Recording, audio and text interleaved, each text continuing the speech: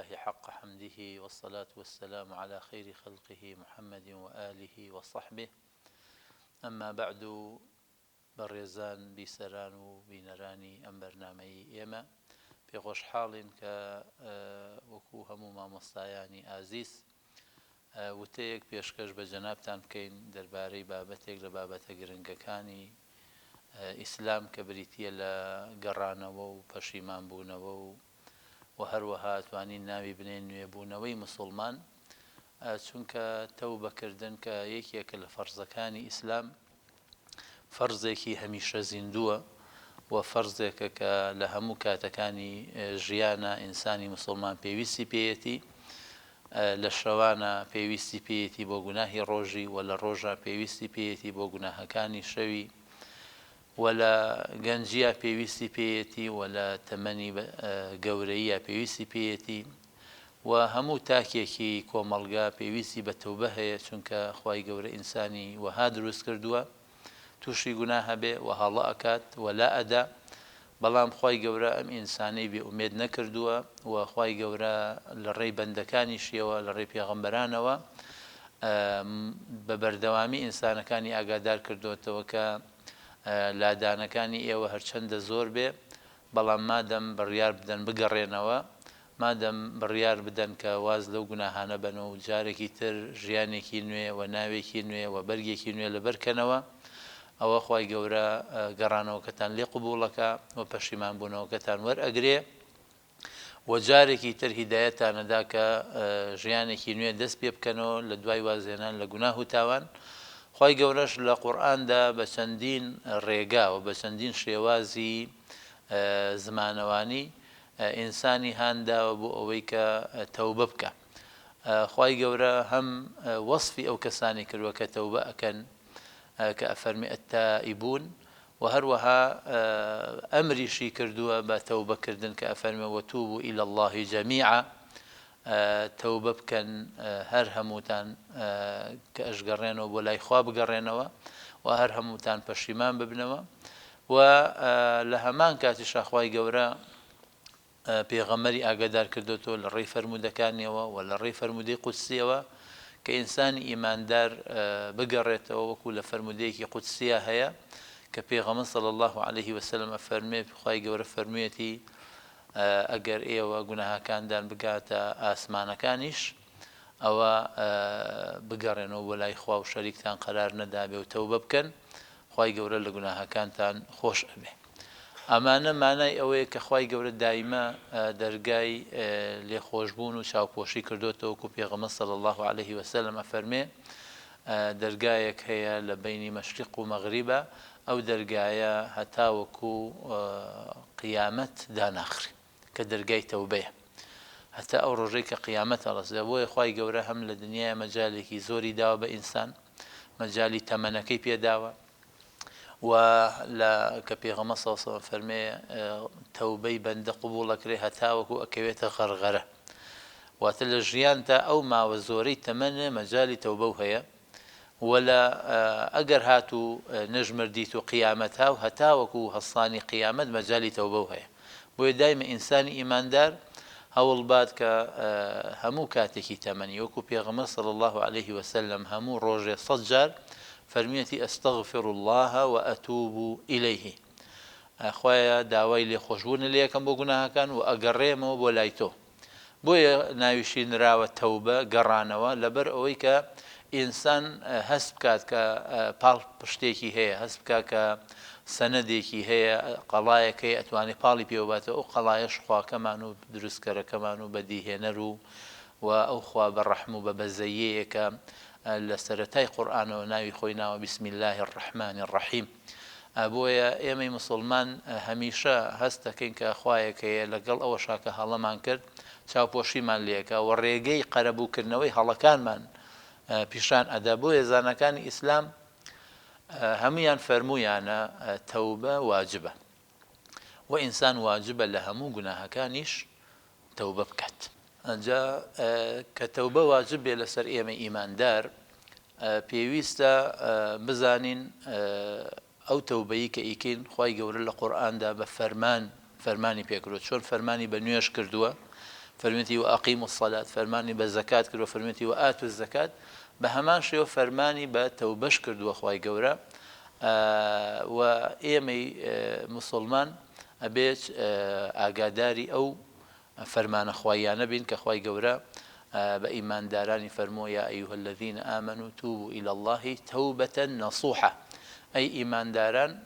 پەشیمان ببنەوە و بگەڕێنەوە بۆ لای خوا بەڵام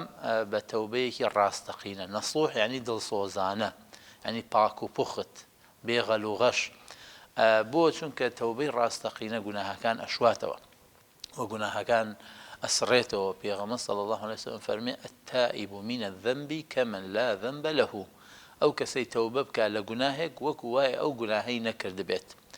ئەمەش بەڕاستی دڵخۆشیە بۆ ئینسانی ئیماندار وەخوای گەورە ئێمەی ئیماندار ئاگادار ئەکاتەوە کە ئینسان لە ژیانە لە دوو کۆمەڵ دەرناچێت ئەویش کۆمەڵێکە کە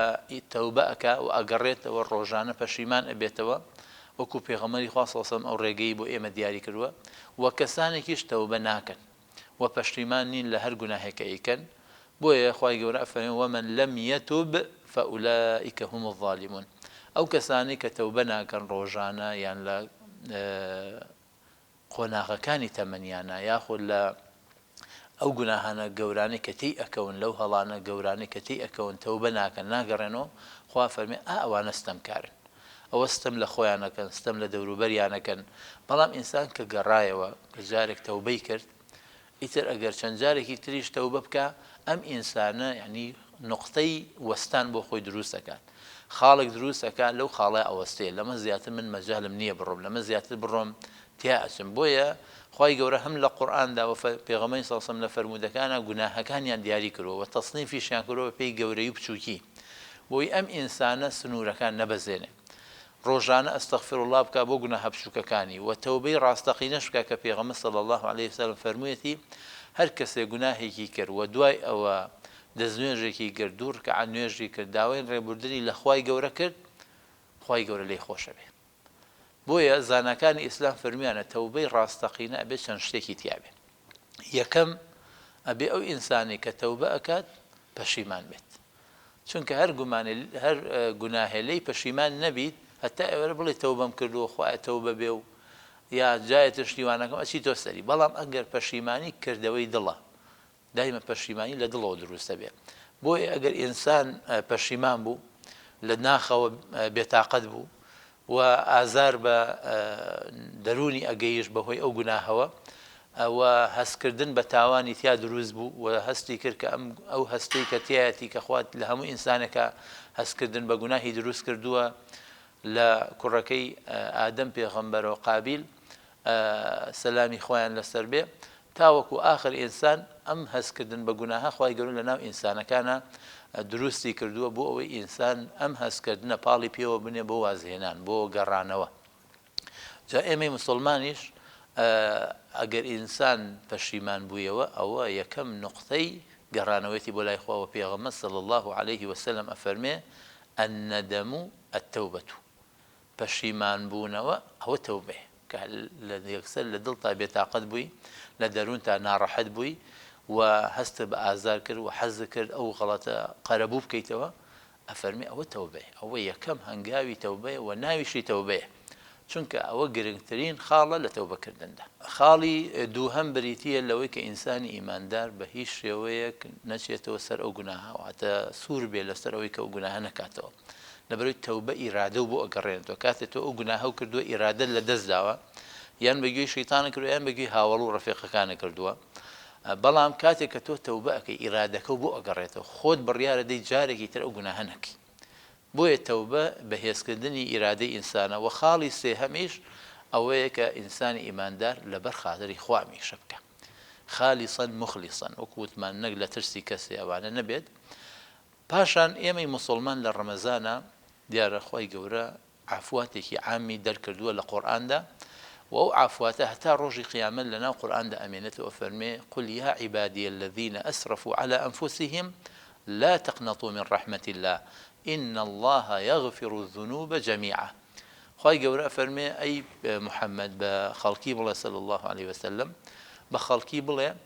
ئەی ئەو کەسانەی زۆر گوناهتان کردووە. ئیسراف یعنی زۆر، یعنی شتێ لە حەد بچێتە دەر على أنفسهم، يعني گوناهتان کردووە، زوڵمتان لە خۆتان کردووە. لا تقنطوا من رحمة الله، لە ڕەحمەت و لێخۆشبوون و بەزەیی خوا بێئومێد مەبن، چونکە خوا لە هەموو گوناهەکان ڕۆژەمێ، لە هەمووی. بۆیە ئەم ئاەتە بەڕاستی ئەبێ هەموو کەسێک پێش ڕەمەزان گوێ لەم ئاەتە پیرۆزەی قورئان بێت، بگەڕێتەوە و تەوبە بکە. ئەگەر نوێژی نەکردوێتە ئێستا، لەچکی نەکردوێتە ئێستا، عارەقی خواردووە، قماری کردووە، گوناهی تری کردووە، گوناهی بچووکتری کردووە، گوناهی گەورەتری کردووە، بزانێت کە خوای گەورە خۆی بەخوای تۆ ئەزانێت، خۆی بە بەدیهێنەری تۆ ئەزانێت، بەزەیی پێایەتەوە تۆ خۆشەویستترین مەخلوقی خوای لەسەر ئەرزە. خوای گەورە بۆ خۆشەویستترین مەخلوقی خۆی پێغەمبەرانی ناردووە و هەروەها قورئان و کتێبەکانی تری ناردووە بۆی ئەم ئینسانە گومڕا نەبێ، وەکە گومڕاش بوو زوو بگەڕێتەوە. بۆیە هەمومان پێویستە ئەوانش کە ئێمە ئیماندار لەوە چە بڵێ لەخوا بەزیامنە زینامان کردووە و نوێژەکانمان کردووە و دزیمان نەکردووە و ماڵی کەسمان نەخواردووە، بەڵام ئەبێ ئێمەش بزانین کە ئێمەش گوناهمان هەیە، گوناهەکانی ئێمە کەم تەرخەمیە، کەم تەرخەمیە لە بەرامبەر گوناهبارانە، کەم تەرخەمیە لە بەرامبەر ماڵ و مناڵە، کەم تەرخەمیە لە بەرامبەر قورئانە، لە بەرامبەر مزگەوتە، لە بەرامبەر ئیسلامە. بۆیە ئینسانی ئیماندار ئەبێ بزانێت کە هەر گوناه ئەوە نییە کە تۆ ئەو گوناهە گەورانەی کە باسمان کە، بەڵکو هەندێک گوناه هەیە کە گوێنەدانە، ئێهمالیکردنە، ئەوانش بەشێکن لە گوناهەکان کە خەڵکی ئێستا کە لای داوە لە شەرع. ئەبێ ئێمە بزانین بەشێکی گوناهی ئێمەشە، بەشێکی گوناهی زاناکانە، هی ڕۆشنبیرەکانە، هی ڕاگەیاندنەکانە، هی خەڵکی مسلمانە، هی هەڵوێستی ئێمەیە، بەشێکی گوناهی کردەوە ناشرینەکانی ئێمەیە کە کردومان و خەڵک بەهۆی کردەوەکانی ئێمەوە ڕقی لە ئیسلام و مزگەوتیش بووە. بۆیە بێ ئینسانی ئیماندار هەمیشە تەوبە بکە و لە پێش ڕەمەزانە تەوبەتێکی ڕاستەقینە بکات، چونکە زانەکانە فەرموون ڕێگای بەرەو خواچوون ئەو کە بڕیار ئەدەی لە ڕەمەزانە خۆ یەکلاییکەیتەوە بۆ خوا، یەکەم هەنگاوی تەوبەیە، یەکەم هەنگاوی ڕێگای بەرەو خواچوون تەوبەیە. بۆیە پێویستە ئێمەی مسلمانیش بە دڵێکی پاکەوە، بە نیەتێکی چاکەوە بڕیار بدەین پەشیمان بین لەو گوناهانەی ساڵی پارمان،